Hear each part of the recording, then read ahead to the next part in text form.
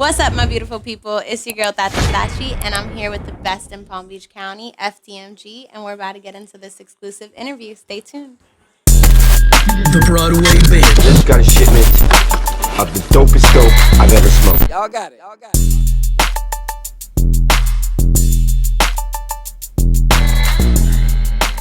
Hi, guys. I'm originally from New York. I was born in Middletown, New York. I was raised in both the suburb area and the city area. Bronx, Harlem, Queens. You can pretty much get the picture. I'm a New York girl. I moved over here about 4 years ago now, and I began doing music professionally about 2 years ago. And yeah, that's about it for that. So in New York, obviously, a lot of culture and influence up there. What like, was there anything musically you remember from being up there that influenced you? Yeah, I mean, New York is so fast-paced, so you want to keep up with everything that's going on, but the type of person I was, I always kind of just waited to hear what my brother came back and told me. I wasn't really that person that wanted to stay on beat with every single thing because I feel like you lose yourself. You're so easily molded in that way. But I think one of the biggest things that New York has taught me is to be myself and to unapologetically be myself. And what Florida did was refine that by making me more comfortable with being that and not constantly watching like what I wear or how I do it. I'm known out here for my music and my style and photography as well.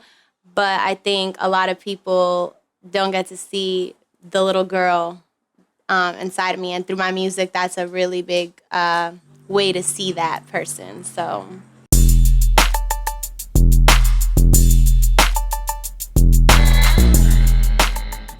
what inspires me to do music really is my relationship with the Lord. That's really the context of my music. I like to represent who I am in Christ through that.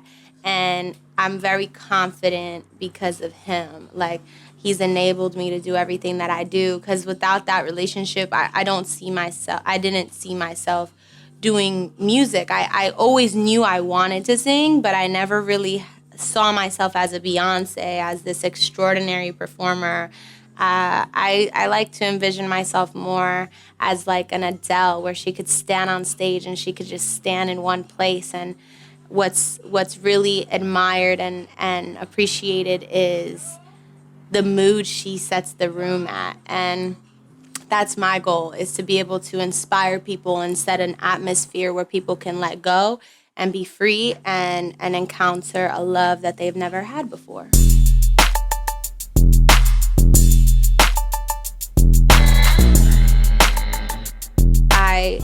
I listen to a beat, I vibe with it, and I kind of just start worshiping. Sometimes I have a melody in my head once I listen to it, and I start to play off that. Or sometimes it's a phrase or a sentence and I start to play off that. It's really all about the moment and what comes out of that. There's always so much more that you can expand on when it's organic versus like, you know, having a topic in your head right off bat or having a super structured session. I don't really move like that. I kind of like to consider it like a mood lamp, a lava lamp. Is it a mood lamp or a lava lamp? One of those where you kind of just go. Yeah.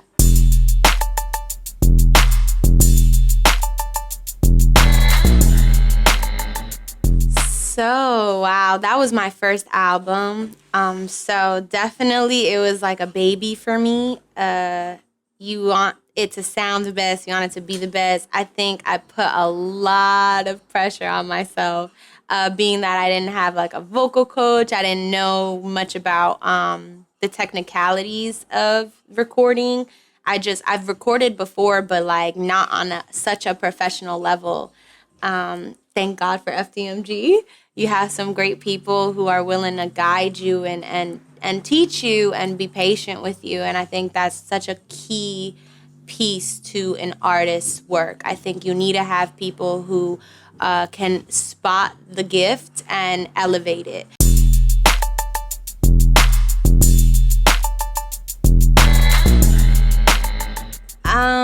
I would say I truly want to just continue putting out music. I want to get some visuals out there for the album. I want to close the chapter for me personally as the artist moving on to the next release.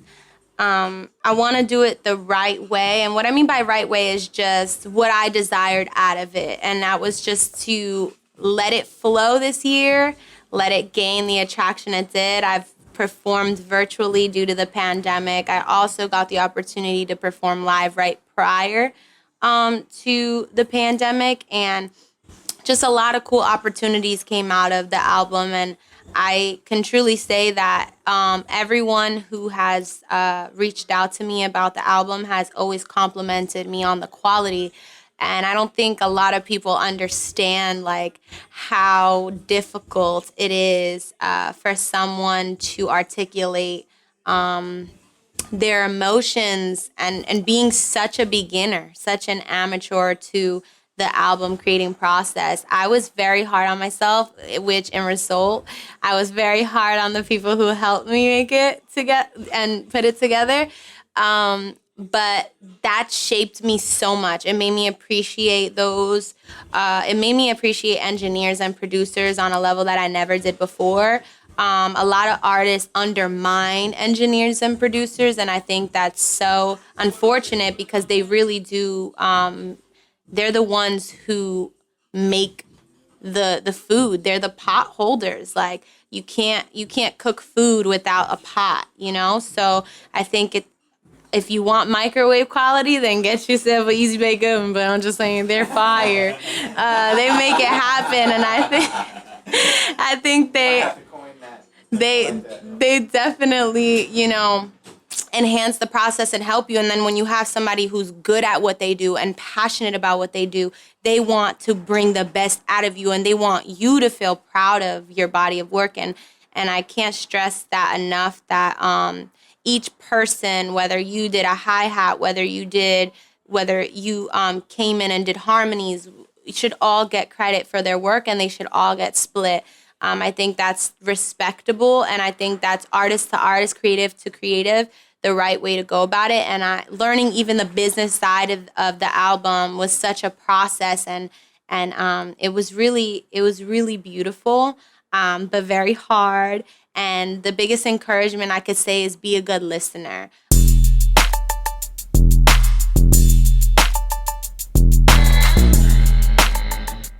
My biggest, if I could just make it general, I would say my biggest collaboration goal is to collaborate with folks that it just feels right. It feels right. It's organic. We're mentally on the same space. We're spiritually correlated. We don't have to be on the same spiritual page, but like at least we can meet somewhere, and just respect. And I think clarity, communication. I know my girl Snow Allegra. I love her so much. She's so dope to me. And I would say Joe Barnes. He's a Christian artist. His voice is so like, it's like honey. It's so dope to me. But I've recently been listening to those two. So if I could just answer the question and be concise for once, like I normally am not, it'll be those two.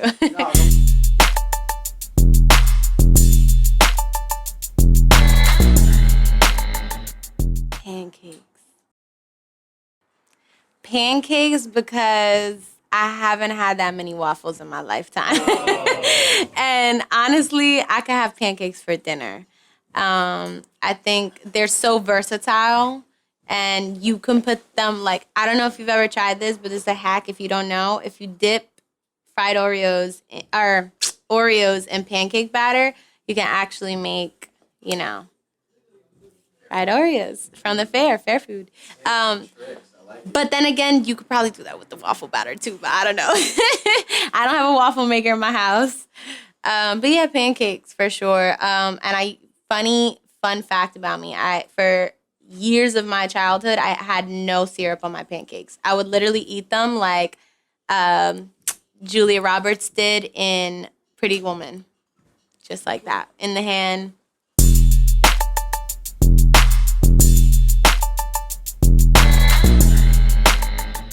Well, you guys can find me at TATYSACHI. That's Tati Sachi on Twitter, YouTube, Spotify, Apple Music, Instagram, the whole nine. Just Google it. Google me, baby. Yes, shout out FDMG because what they really do here is excel people. I truly believe in my whole heart that the album, me as an artist, this place right here was such a beautiful place to begin, and they will always have a place in my heart. I will always come back here, whether when I'm as big as Whitney Houston, Drake, the whole nine. I will be coming back here, and I will make sure that where I go, they will follow. But I really do appreciate them, so I'm gonna shout them out because I wouldn't be all of who I am if it wasn't for them. So they're a part of this. They're a part of this.